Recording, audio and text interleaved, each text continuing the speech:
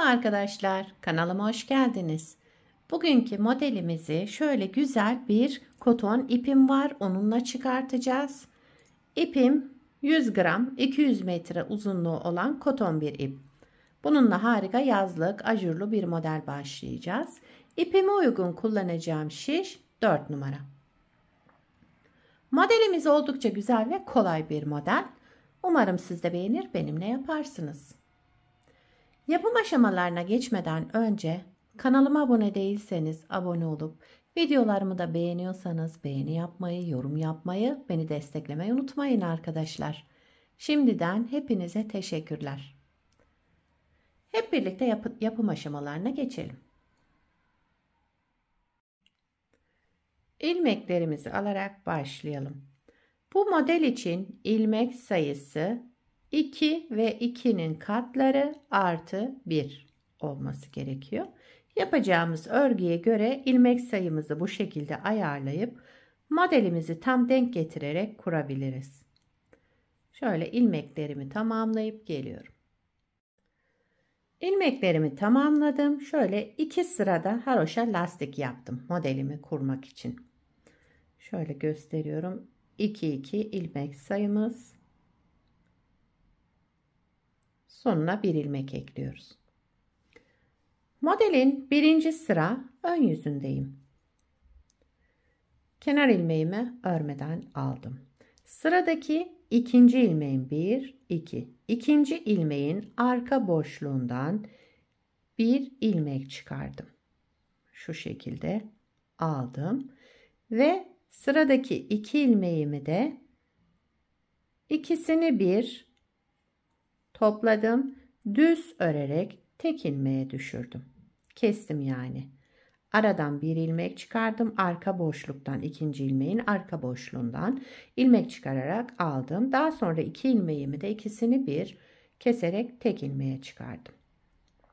Yine ikinci ilmeğin arka boşluğundan bir ilmek çıkardım. Aldım. Şöyle tellendirmeden alayım. Daha sonra sıradaki sol şişimdeki 2 ilmeğimi de ikisini bir düz örerek tek ilmeğe düşürdüm. İkinci ilmeğin arka boşluğundan bir ilmek çıkardım, aldım. Sıradaki 2 ilmeğimi de ikisini bir düz ördüm, tek ilmeğe düşürdüm. Önce ikinci ilmeğin arka boşluğundan bir ilmek çıkardım, aldım. Şöyle. Daha sonra sol şişimdeki 2 ilmeği de ikisini bir düz örerek tek ilmek çıkardım.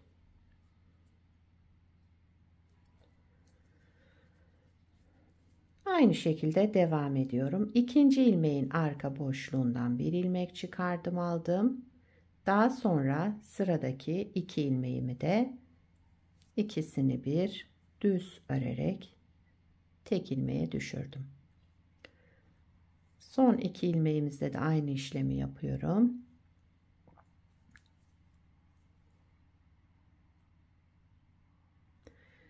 Şimdi burada tek ilmeğim kaldı. Bunu da düz olarak örüyorum. Daha sonra kenar ilmeğimi düz ördüm.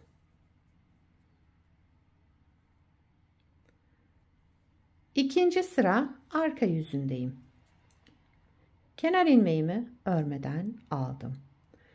Sıradaki ilmeğim, şu tek olan ilmeğimi düz ördüm. Daha sonra bir artırma yaptım. Bu ikili ilmeğe geldim. Yine ikisini bir aldım, düz ördüm. Tek ilmeği çıkardım yani. Daha sonra bir artırma. Bu 2 ilmeğin ikisini bir aldım, düz ördüm, tek ilmek çıkarmış oldum. Bir artırma, ikili ilmeğin ikisini bir düz ördüm. Bir artırma, 2 ilmeğin, bakın şöyle, bu 2 ilmeğin ikisini bir aldım, tek ilmeğe düşürdüm. Bir artırma, ikili ilmeğin ikisini bir düz örerek tek ilmeğe düşürelim. Bir artırma, son 2 ilmeğimi de düz örerek kestim. Daha sonra burada artırma yapmıyoruz. Bakın kesme işleminden sonra kenar ilmeğini örüyorum. Buna dikkat edelim. Başta artırma yaptım. Daha sonra kesme işlemi yapmıştım. Sıra sonunda kesme işleminden sonra artırma yapmayacağız.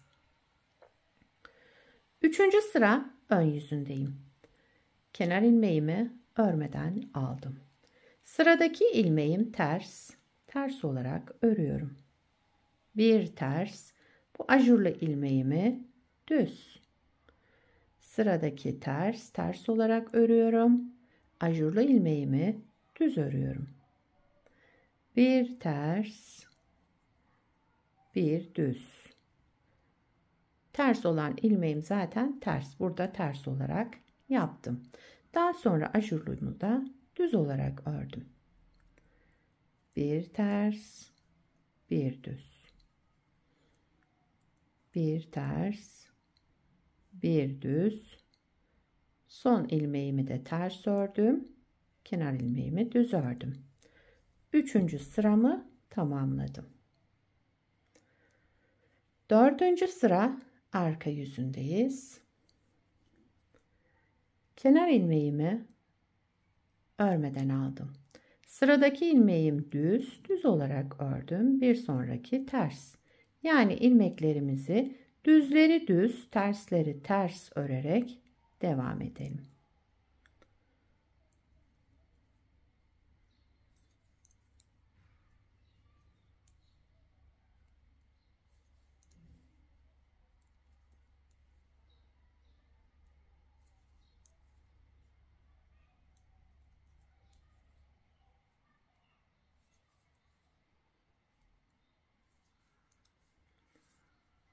Dördüncü sıramı tamamladım.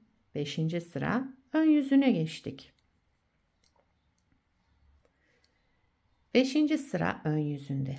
Kenar ilmeğimi örmeden aldım. Sıradaki ilmeğim, bakın şu ters olan ilmeğimi ters olarak örüyorum. Kenar ilmeğinden sonraki ilmeğim ters. Ters ördüm. Düz ilmeğe gelince alttaki boşluktan buradan bir ilmek çıkardım, aldım. Tekrar sol şişime taktım. Ve bu çıkardığım ilmek ve arkasındaki ilmeği, yani ikisini bir alarak düz ördüm. Tek ilmek çıkardım. Bir ters, boşluktan bir ilmek çıkardım, aldım, sol şişime taktım ve ikisini bir alarak düz ördüm. Bir ters ilmek, düz ilmeğe gelince alt boşluktan bir ilmek çıkardım, sol şişime taktım. Çıkardığım ilmek ve arkasındaki ilmeğin de ikisini bir alarak tek ilmeğe düşürdüm. Bir ters, alt boşluktan bir ilmek çıkardım, sol şişime taktım ve ikisini bir alarak düz ördüm. Aynı şekilde devam ediyorum.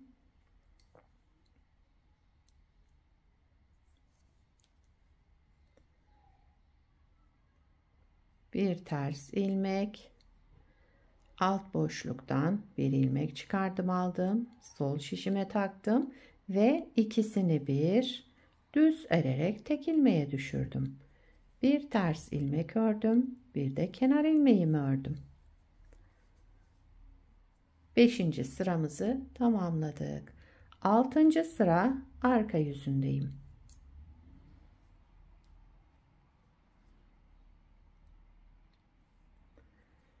Kenar ilmeğimi örmeden aldığım bütün ilmeklerimi düz örüyorum.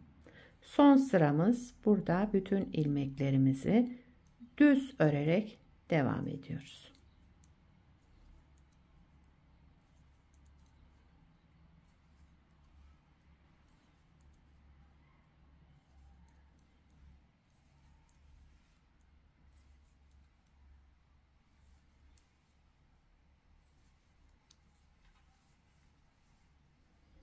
Evet, modeli bir kez kurmuş olduk. Bakın, tabii ki model ilerledikçe daha da güzel görünecek.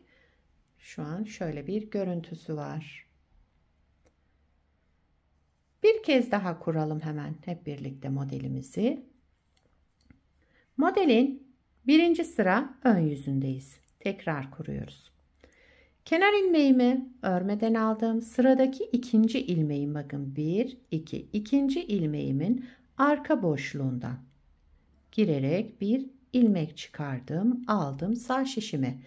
Sol şişimdeki iki ilmeğimi de ikisini bir düz örerek tek ilmek çıkardım. Yani burada kesme işlemi yapıyoruz. Şöyle. İkinci ilmeğin arka boşluğundan bir ilmek çıkartalım. Alalım sağ şişime, pardon. Daha sonra sıradaki iki ilmeğimi de ikisini bir düz örerek tek ilmeğe düşürdüm.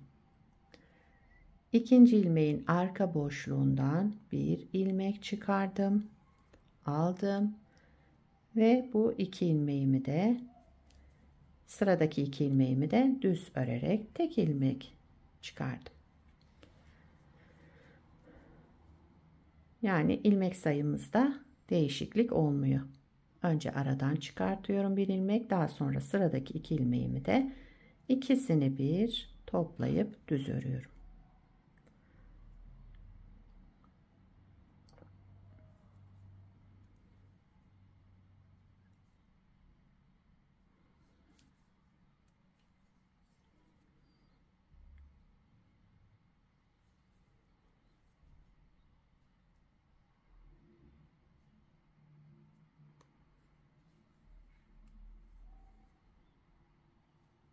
Son kalan ilmeğimi de burada düz olarak ördüm.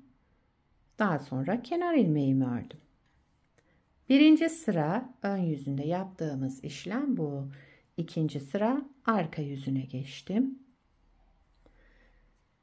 Kenar ilmeğimi örmeden aldım. Sıradaki ilmeğim düz örüyorum. Bakın bu ilmeğimi düz ördüm. İkili ilmeğe gelince önce bir artırma yaptım. Daha sonra bu ikili ilmeğimin ikisini bir düz örerek tek ilmeğe düşürdüm. Burada sıkı yaptım biraz herhalde. Evet, tek ilmeğe düşürdüm. Bir artırma, bu ikili ilmeğin ikisini bir düz örerek tek ilmek çıkardım. Bir artırma, iki ilmeğin ikisini bir düz örerek tek ilmek çıkardım. Bir artırma, daha sonra ikili de kesme işlemi. Önce artırdım, daha sonra kestim. Önce bir artırdım, daha sonra son iki ilmeğimi de ikisini bir topladım ve kestim. Burada artırma yapmıyorum. Kesme işleminden sonra kenar ilmeğini örüyorum. İkinci sıramızı tamamladık. Üçüncü sıra ön yüzündeyim. Kenar ilmeğimi örmeden aldım. Sıradaki ilmeğim ters olarak ördüm. Bir ters, bu ajurlu ilmeğim düz. Bir ters, bir düz. Bir ters, bir düz. Bir ters, bir düz. Bir ters, bir düz. Sıra sonuna kadar tamamladım. Son ilmeğimi de ters ördüm. Kenar ilmeğimi de düz olarak ördüm burada. Sıramızı tamamladık. Dördüncü sıra arka yüzüne geçtik.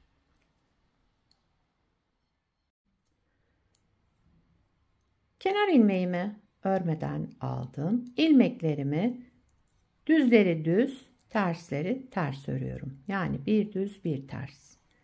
İlmekleri gördüğümüz gibi. Bir düz bir ters.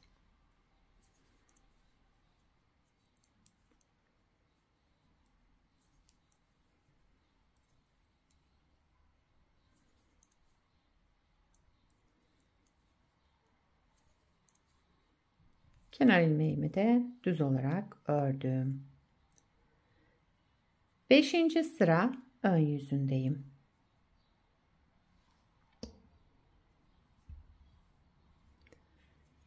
Kenar ilmeğimi örmeden aldım. Sıradaki ilmeğim ters olarak ördüm. Bir ters. Düz ilmeğe gelince alttaki boşluktan buradan bir ilmek çıkardım. Sol şişime tekrar taktım. Bu iki ilmeğimi, arkasındaki ilmeği de beraber alarak şöyle göstereyim. Düz ördüm. Tek ilmek çıkardım. Bir ters ilmek, düz ilmeğin alt boşluğundan bir ilmek çıkardım. Sol şişime taktım. İkisini bir alarak tek ilmeğe düşürdüm. Bir ters ilmek, düz ilmeğe gelince alt boşluktan çıkardım.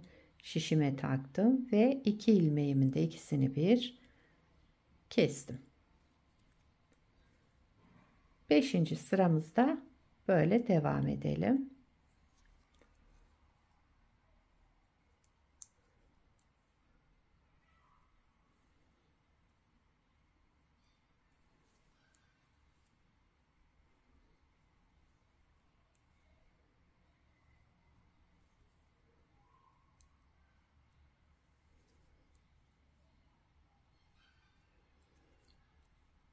Son kez bir ters bir de kenar ilmeğimi ördüm. Evet, sıramızı tamamladık. 6. sıra arka yüzündeyim. Kenar ilmeğimi örmeden aldım. Bütün ilmeklerimi düz örerek devam ediyorum. Sıra sonuna kadar ilmeklerimizi düz örüyoruz. Modeli 2 kez kurmuş olduk. Model böyle devam edecek.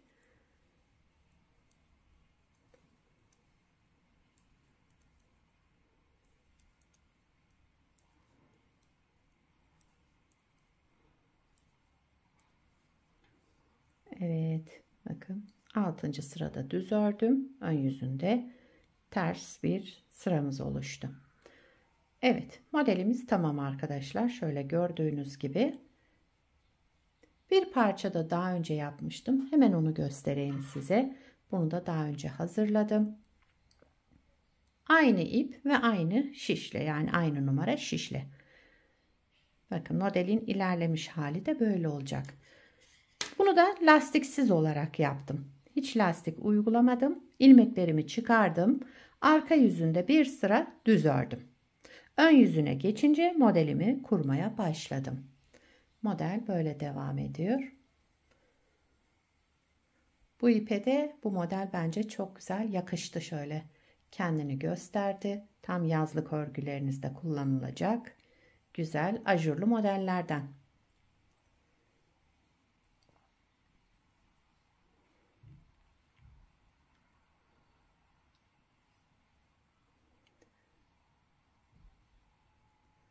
Bunu istediğiniz örgüde kullanabilirsiniz bu modeli.